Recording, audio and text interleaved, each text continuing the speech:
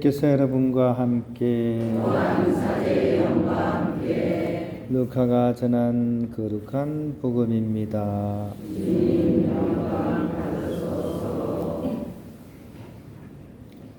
티베리우스 황제 치세 제15년 본시오 빌라도가 유다 총독으로, 헤로데가 갈릴리아의 영주로, 그의 동생 빌리포스가 이투레아와 트라코니티스 지방의 영주로, 리사니아스가 아빌레네의 영주로 있을 때, 또 한나스와 카야파가 대사제로 있을 때, 하느님의 말씀이 광야에 있는 즈카랴의 아들 요한에게 내렸다. 그리하여 요한은 요르단 부근의 모든 지방을 다니며 죄의 용서를 위한 회개의 세례를 선포하였다. 이는 이사야 예언자가 선포한 말씀의 책에 기록된 그대로이다. 광야에서 외치는 이의 소리, 너희는 주님의 길을 마련하여라. 그분의 길을 곧게 내어라. 골짜기는 모두 메워지고 산과 언덕은 모두 낮아져라. 구분되는 고다지고 거친 길은 평탄하게 되어라. 그리하여 모든 사람이 하느님의 구원을 보리라. 주님의 말씀입니다. 평화를 빕니다. 옆에 계신 분하고도 인사 나눕시다. 평화를 빕니다.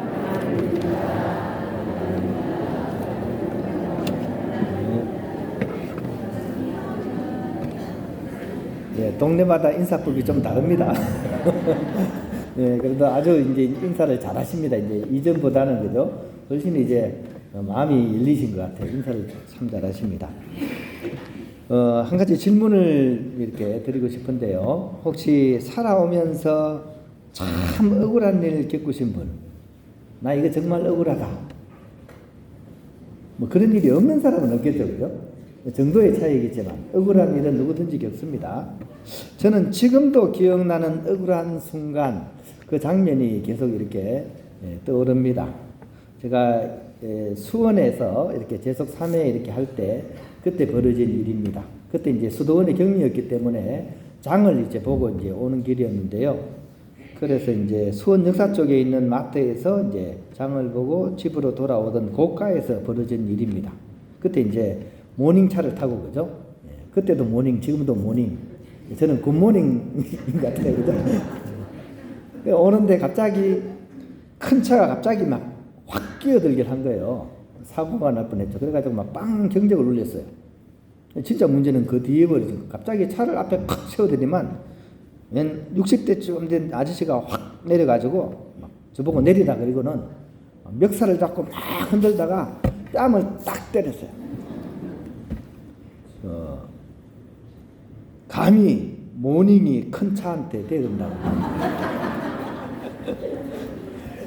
잠시 후 뒷문이 열리고 그 부인이 내리셨어요.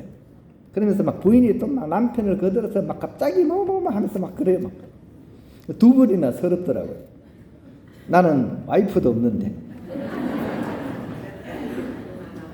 그 당시 이제 이런 일이 벌어지면 이제 휴대폰으로 이제 증거를 찍고 이제 신고를 하는데요. 그런데 이게 참 또 그때 휴대폰 충전한다고 집에 꽂아놓고 그냥 왔네요. 그래가지고 뭐 봉변만 당하고 뭐 어떻게 뭐 인간적으로 보복도 못하고, 그죠? 갑자기 귀에서 음악 소리가 탁 들려.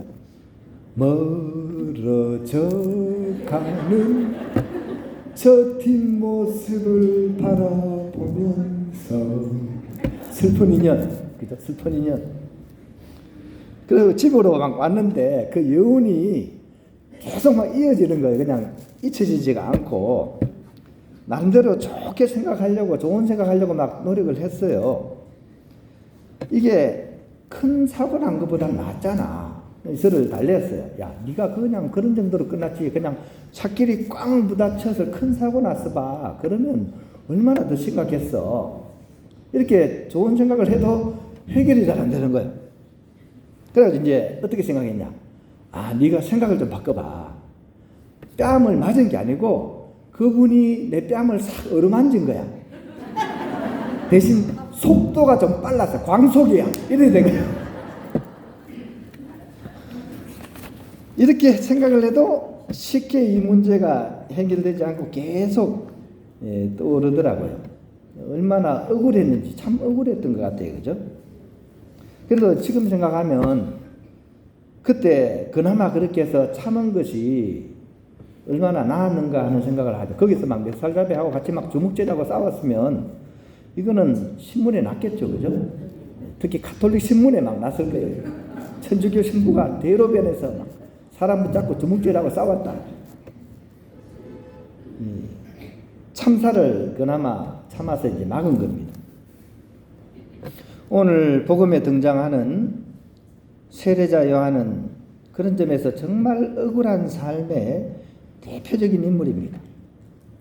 인간적인 면모로는 정말 기구한 삶을 사신 분이십니다. 입으로는 쉼없이 하느님을 외치면서도 그분이 바라시는 삶의 실천에는 관심이 없던 그 시대의 종교 지도자들과 또 올바른 삶의 길을 제시했음에도 불구하고 눈을 감고 귀를 닫던 그런 폭군에 의해서 결국 죽음으로 내어 몰린 억울한 인생.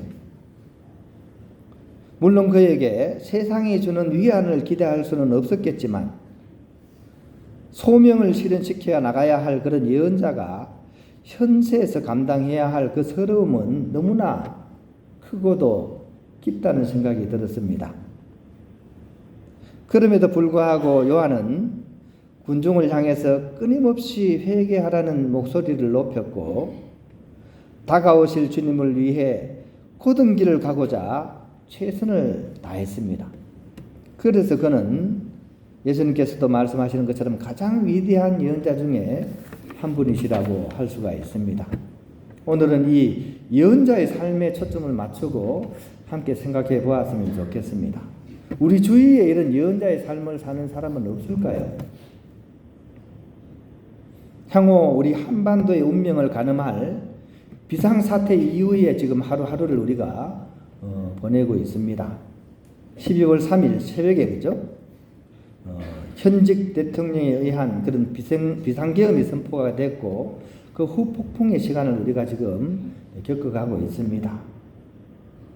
이러한 순간에 우리는 곳곳에서 세례자 요한의 모습을 발견하게 됩니다. 평소에는 잘 모르죠. 그죠? 위험하고 어려운 순간 때 우리는 의인이나 선인의 진면목을 발견하게 되는데 이 사태를 맞이하면서 우리는 곳곳에서 그런 세례자 요한, 예언자의 모습들을 발견하게 됩니다. 그 야밤에 국회에 모였던 그 수많은 사람들, 이름 없는 그분들, 많은 경우가 내일 당장 직장에 출근해야 될 분들이었습니다. 특히 지방에서 올라온 분들도 굉장히 많았다고 합니다.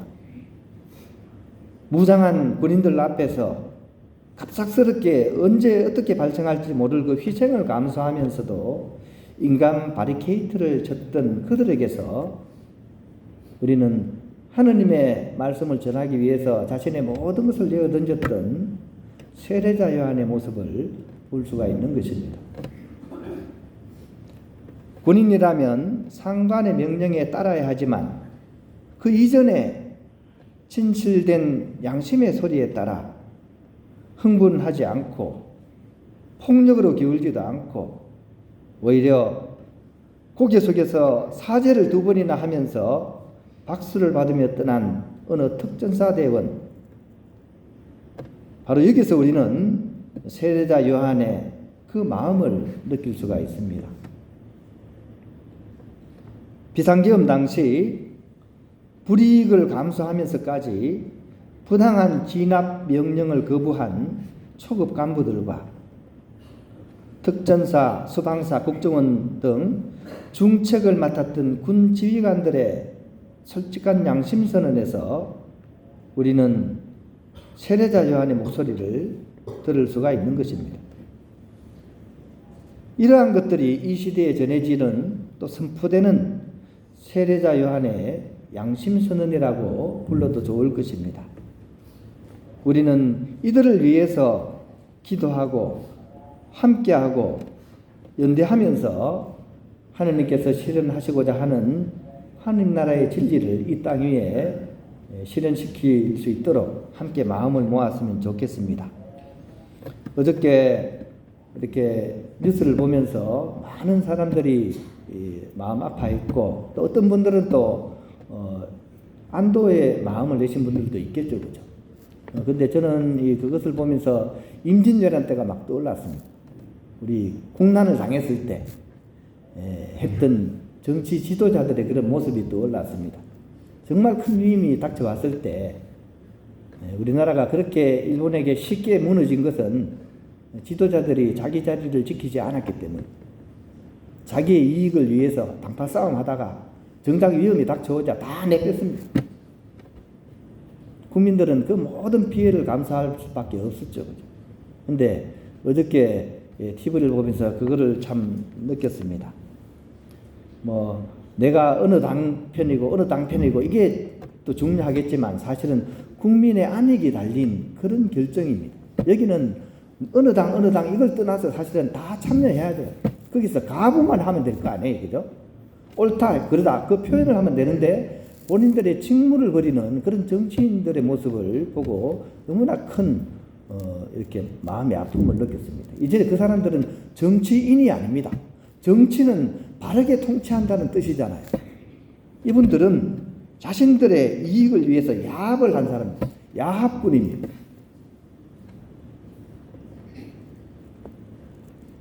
아마도 이 여파로 지금 2차 비상계엄의 위기는 여전히 열려 있습니다. 또 이런 위기를 틈타서 북한과 또 어떤 일이 벌어질지는 아무도 가늠을 할 수가 없는 그런 위기 상황에 지금 우리가 놓이게 된 것입니다. 아마 가장 좋아했던 사람은 이렇게 생각할 거예요. 이제 탄핵을 막았으니 상황을 뒤집을 수 있다고 그렇게 손바닥에 왕자를 새겼던 폭군은 생각할 것입니다. 그런 측면에서 지금 우리나라는 풍전등화의 시기를 보내고 있습니다. 따라서 그 어느 때보다도 국민들은 억울한 상황이죠. 하지만 이런 상황에서 우리가 흥분하거나 흔들리기보다는 오히려 침착한 마음으로 그 모두를 위해서 기도를 해야 됩니다. 이 힘든 땅에서 살아가는 모든 국민들을 위해서 이 시대의 요한과 함께 나아갈 수 있어야 됩니다. 그것이 이 시대에 주어진 하느님께서 우리에게 맡기신 그 소명입니다.